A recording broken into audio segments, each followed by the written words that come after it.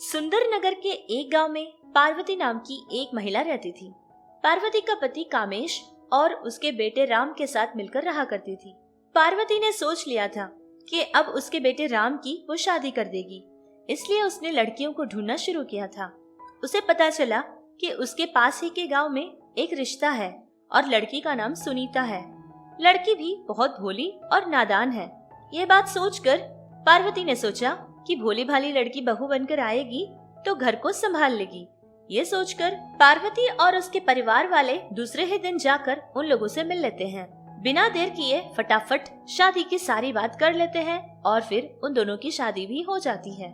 सुनीता के माता पिता ने पार्वती के परिवार से पहले ही ये बात कही थी कि उनकी बेटी बहुत ही भोली है। ये बात पता चलने के बाद भी पार्वती ने सुनीता को अपनी घर की बहू बना लिया था। ऐसे ही उनकी शादी हुए दूसरे दिन सुबह सुबह पार्वती अपनी बहू को आवाज लगाती है। बेटी सुनीता, आजा बेटी, जल्दी से उठकर रसोई घर में आजा। मैं तुझे समझा दूंगी कि कौन सी चीज कहाँ रखी है। अब घर की बहू है, सब कुछ जान लेगी तो तेरे लिए बेहतर होगा ना। हाँ हाँ माँ जी, बस आ रही हूँ।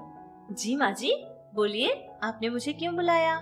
अच्छा, शायद किसी काम के लिए बुलाया होगा ना। समझा दीजिए माँ जी, मैं आप जैसा बोलेंगी वैसा ही करूँगी। और माँ जी, मुझे ना ये घर बहुत अच्छा लगा माँ जी। बहू की ये बात सुनकर पार्वती बहुत ज्यादा खुश हो जाती है और उसको सारी रसोई का घर दिखाती है और कौन सी चीज कहाँ रखी हुई है सब कुछ समझा देती है। कुछ समय होने के बाद पार्वती अपनी बहू से कहती है कि सारे लोगों के लिए खाना बनाए। ये बात सुनकर सुनीता भी उससे कहती है कि माफ कीजिए सासू माँ, मुझे खाना बनाना नहीं आता। ये बात सुनकर पार्वती थोड़ी चौंक जाती है, लेकिन अब कर भी कुछ नहीं सकती थी, इसलिए पार्वती ने ही घर के सारे लोगों के लिए खाना बनाया था। कुछ समय बाद उसने सब्जी भी बनाई थी। फिर उसने चूल्हे को सिम पर रखा और उसने बहू से कहा कि बहू, सब्जी का ख्याल रखना, कहीं ये जल न जाए, पूरा ध्यान रखना, यहाँ से हिलना मत। इतनी बात कहकर वो बाहर चली जाती है और अपना काम पूरा करके वापस आ रही होती है कि पार्वती ने देखा कि घर में से तो कुछ जलने की बहुत अजीब सी बदबू आ रही थी, जिसको सूंघने के बाद वो भागती हुई रसोई घर में चली आती है। पार्वती ने देखा कि सुनीता तो वहीं खड़ी हुई थी, लेकिन फिर भी सब्जी पूरी तरह से जल चुकी थी। हाय हाय रे दैया, ये क्या कर दिया? सारी की सारी सब्जी जल गई। तूने चूल्हा बंद क्यों नहीं किया? अरे माँ जी, आपने जैसा बोला था मैंने तो वैसे ही किया था माँ जी। आपने बोला कि सब्जी का ध्यान रखना, यहाँ से हिलना मत, मैंने भी वैसे ही किया माँ जी। सच कहती हूँ माँ जी, मेरा विश्वास कीजिए, मैं यहाँ से हिली तक नहीं थी और ऐसे ही जैसे आपने कहा था सब्जी को देख ही रही थी। और आपने तो ये भी नहीं कहा था ना कि चूल्हा मुझे बंद करना है। बहू का ये जवाब सुनकर पार्वती के तो होश उड़ जाते हैं और वो अपना सर पकड़े बैठ जाती है। और फिर कुछ समय बाद सारे लोगों के लिए सब्जी वो दोबारा से बना लेती है। ऐसे ही कुछ समय गुजर गया था।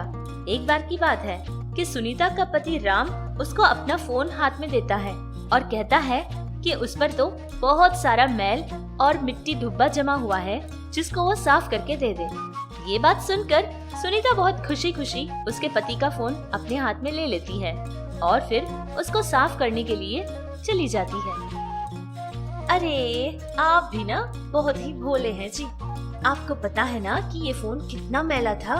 अब जैसे आपने कहा था वैसे ही मैं फोन को साफ करती तो क्या ये साफ होता? नहीं ना, इसीलिए मैंने इसको साबुन से अच्छे से धो लिया और पता है बाल्टी भर पानी में मैंने इसको साफ किया था। देखो ना कितना चमक रहा है ना, एकदम नए फोन की तरह।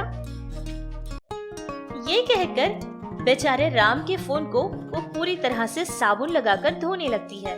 बहुत देर धोने के बाद उसको पानी में भी डुबोती है। फिर उसके बाद उसको ये समझ आता है कि अब फोन पूरी तरह से साफ हो चुका है।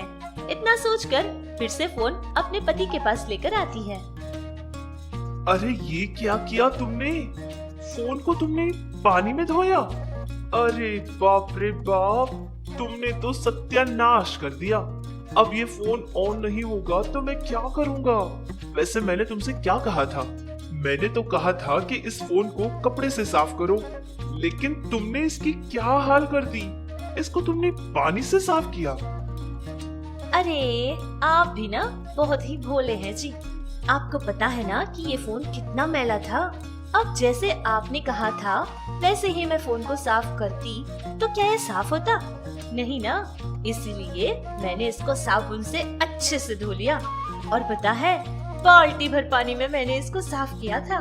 देखो ना कितना चमक रहा है ना, एकदम नए फोन की तरह। इस तरह बहुत ही मासूमियत के साथ सुनीता उसके पति को जवाब देती है। पत्नी का जवाब सुनकर अब राम को अपना सर फूटूं या फिर बहुत जोर का हंसूं समझ नहीं आता। वो अपने सर पर हाथ लगाए बैठ जाता है और कुछ देर बाद वहाँ से उठकर वो चला जाता है। उसी दिन शाम को पार्वती ने अपनी बहू से कहा कि बेटा मैं बाहर जा रही हूँ, घर का ख्याल रखना। कोई आस पड़ोस आएंगे और कुछ मांगेंगे तो उनको देना और बहुत ही इज्जत के साथ उनसे पेश आना।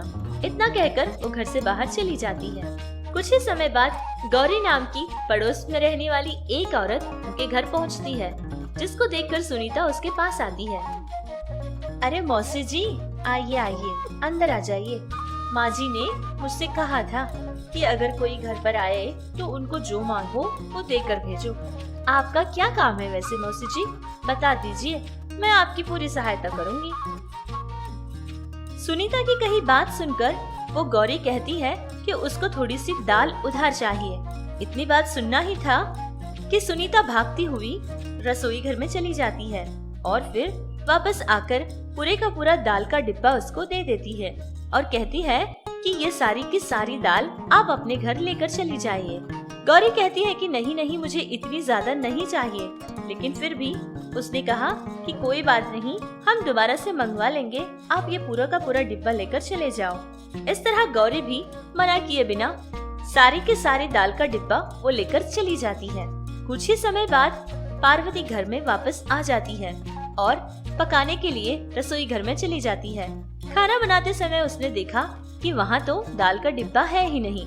फिर बहू को बुलाती है और पूछती है तो सुनीता जो कुछ हुआ था वो सारी बात अपनी सास को बताती है। अब करना क्या था, बेचारी पार्वती मजबूर थी, कुछ कर भी नहीं सकती थी और कुछ कह भी नहीं सकती थी, क्योंकि गलती तो सिर्फ पार्वती की थी, जो कि बिना जाने अनजाने में ही ऐसी नादान सी लड़की को अपनी घर की बहू बना लिया। चलो देखते हैं कि इन बेचारों की ये मुसीबत कब दूर होगी और हमारी सुनीता को अकल कब आएगी।